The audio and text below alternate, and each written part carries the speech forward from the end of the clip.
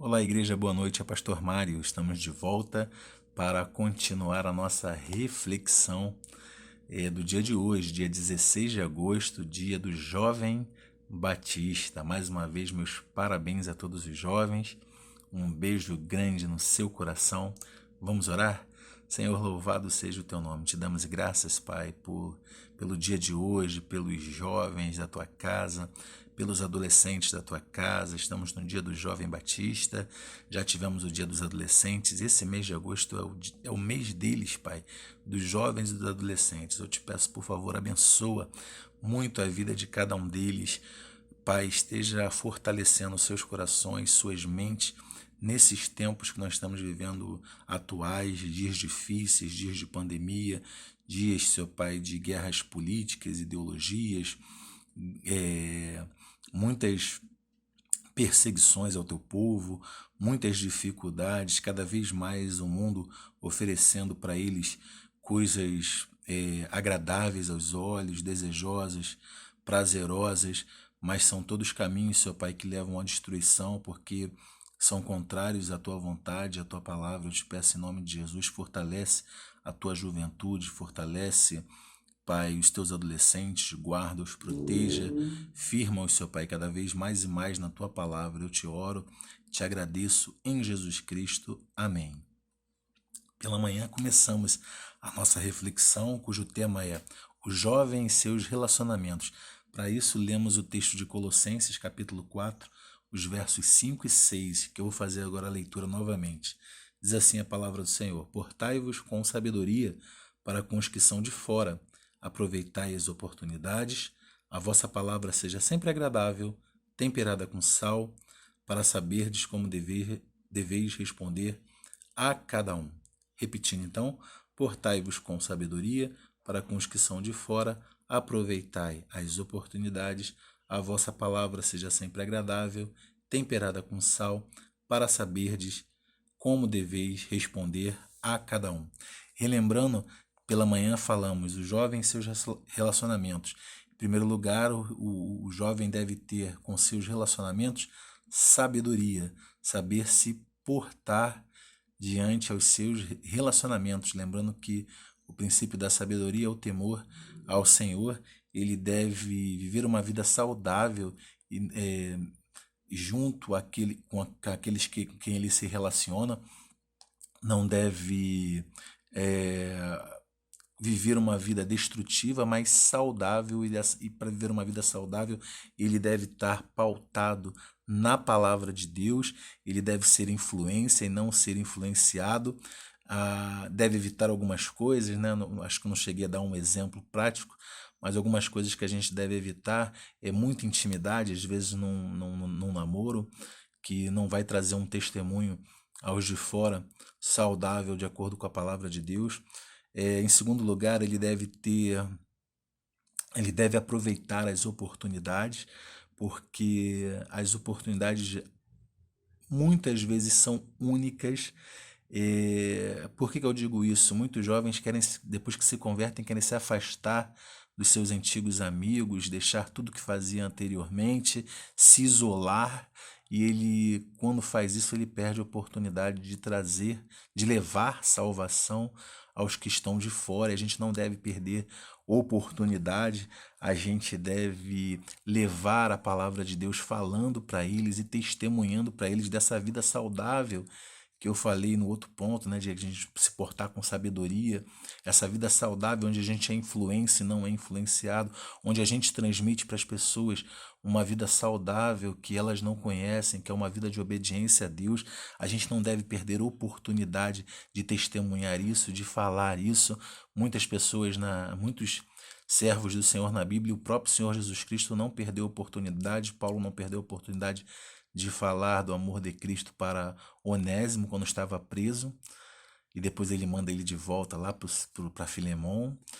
Jesus não perdeu a oportunidade de falar com a mulher samaritana, mesmo que na época houvessem preconceitos, né? Primeiro ele falar com uma samaritana, os samaritanos não se davam bem com os judeus com eles, então havia preconceito, mas Jesus não perdeu a oportunidade, a gente não deve perder a oportunidade. Então foram os dois pontos que a gente viu pela manhã, os jovens e seus relacionamentos.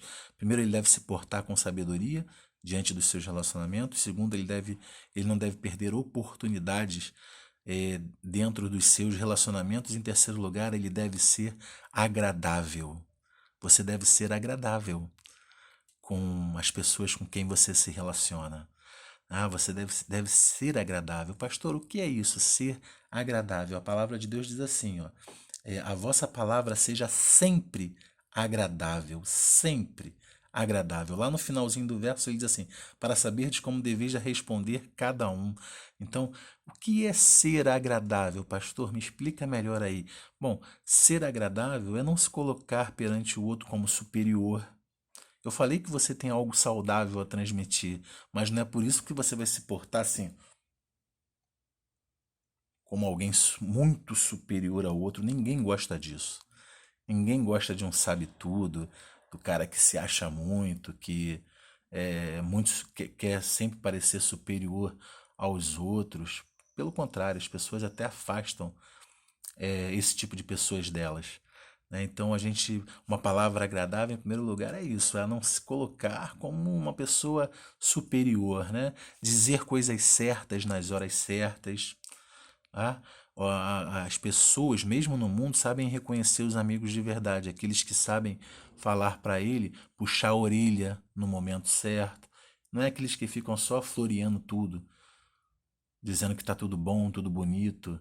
As mesmas pessoas no mundo que não conhecem a Cristo sabem identificar uma verdadeira amizade de uma falsa. Né? Então, ser um verdadeiro amigo é muitas vezes falar a verdade para aquela pessoa, né? No momento certo, de uma forma certa, que você, com cuidado, com carinho, que não vai machucar.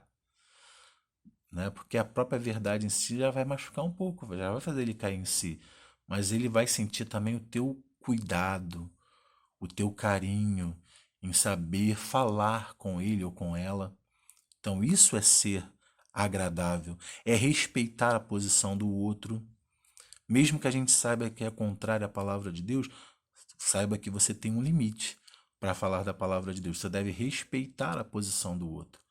Quando eu trabalhava em central de telemarketing, vou dar um testemunho aqui, né?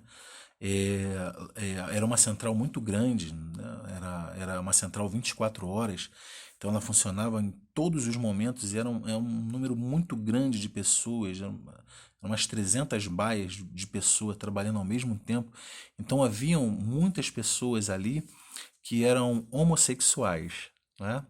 E eu sempre tratei de uma maneira muito boa, muito agradável. E o que acontecia? Elas se surpreendiam quando descobriam, primeiro, que eu era cristão, e segundo, que eu era pastor. Elas não acreditavam, porque o testemunho que elas tinham, a experiência que elas tinham com cristãos era ruim. Era de alguém que não tratava elas bem.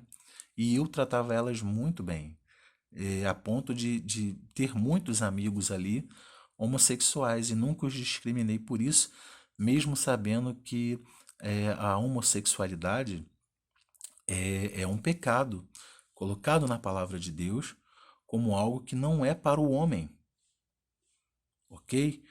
Mas Deus ama o pecador. Ele detesta o pecado, mas ele ama o pecador. E porque ele ama o pecador, eu e você, que somos agentes da sua palavra, somos ministros da sua palavra, todos nós temos vocação, apesar de nem todos sermos missionários, nem todos sermos pastores, todos fomos convocados a testemunhar de Cristo. Todos nós temos essa missão de ser luz para o mundo e testemunhar de Cristo. Nós devemos ser agradáveis com eles e sabê-los respeitar, porque são seres humanos e devemos tratá-los como seres humanos, como pessoas que merecem respeito pelo seu posicionamento. Ok? Então é isso que a gente deve fazer. E quando a gente faz isso, a gente vai se fazer muito mais ser ouvido, porque nós somos agradáveis.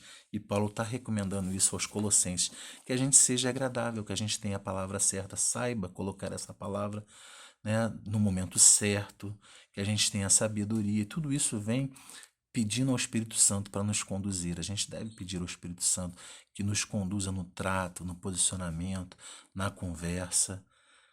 Eu e você, a gente tem que ser agradável. Mas a gente vai prosseguir mais um pouco, né? Então, o jovem em seus relacionamentos, ele deve ter sabedoria para com seus relacionamentos, ele não deve perder oportunidades dentro dos seus relacionamentos, ele deve ser agradável e, por último, aquilo que ele não deve ser ou não deve perder, né?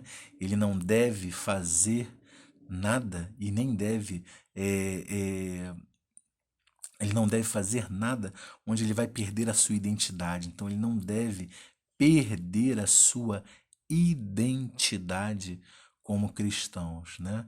Eu falei que a gente deve ser agradável, a gente deve respeitar a posição do outro, mas a gente não deve, por isso, deixar também de dizer para ele qual é a nossa posição e por que assim entendemos. E o texto prossegue: a vossa palavra seja agradável, temperada com sal, para saberdes como deveis responder a cada um. Temperada com sal. Lembra, jovem? Você é sal e luz do mundo. Você foi feito para brilhar a luz de Deus. Você foi feito e feita para dar sabor a esse mundo. Porque o sal, ela é temperada com sal, o sal dá sabor, né? Quando se salga demais, o gosto não fica legal e a comida não fica saudável, né? É aquela questão de você ser agradável, se você ou se colocar como um ser superior, né? Aí você está salgando demais, está errando na dose. Você não deve perder a sua identidade, cara. Não perca a sua identidade. Não flexibilize demais. Saiba respeitar, mas se pontue também para que você seja respeitado, mas também não aperte demais para que você não vire um santarrão, um chato, aquele camarada que se acha superior a todo mundo. Pregue a palavra de Deus. Pregue a palavra de Deus no ponto certo, porque o sal no ponto certo, a comida fica deliciosa, fica saborosa, fica saudável, né? Não há exageros.